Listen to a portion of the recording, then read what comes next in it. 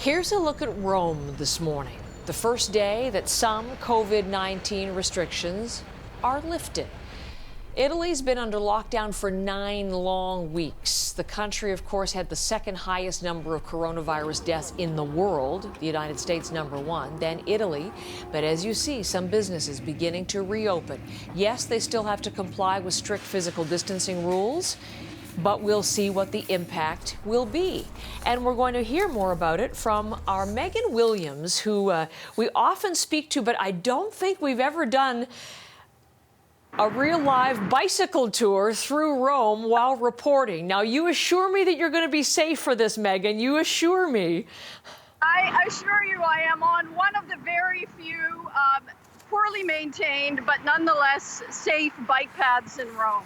Okay, show us around and tell us what it's like as Rome reopens, Megan. Well, as you can see behind me, there's traffic for the first time in 2 months. So this morning when I woke up, the first thing I heard was traffic instead of birdsong, which, you know, I had mixed feelings about. There are 5 million Italians going back to work today in the manufacturing and construction sectors. So that's good news for them. Cafes and restaurants have opened for takeout, so there are a lot of people lining up to get their cappuccino and espresso. But a lot of the stores won't be open for another couple of weeks, and then other services like hairdressers and barbers won't be open until June 1st. Though a lot of Italians are already, kind of breaking the rules and seeing those people. Huh. Okay. But tell me a little bit more about Italians, because we've been talking today, Megan, about what's gradually reopening here in Canada. And even though some things are open now and will be today, there is a little bit of reservation on the part of some Canadians, a little anxious about whether they should be going back, whether it's safe to go back. Is that something that Italians are feeling and grappling with as well?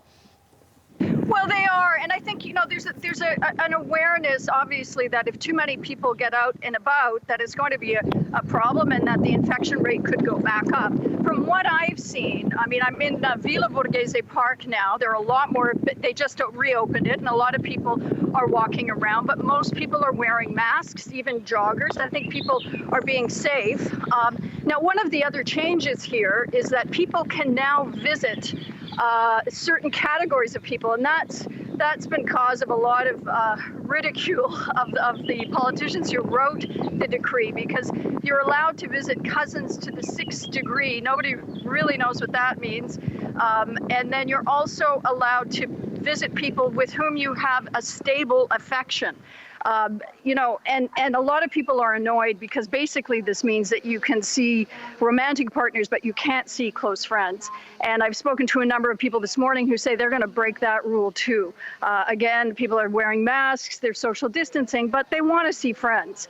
So, it'll be interesting to see how closely the most important part of the rule following, namely keeping that distance and keeping the mask on, will be maintained, because my sense is that Italians aren't going to strictly adhere to a lot of the regulations and very vague and complicated regulations that the Italian government has issued. Okay.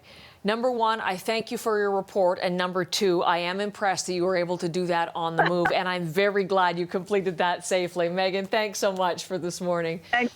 Okay. Megan Williams there in Rome.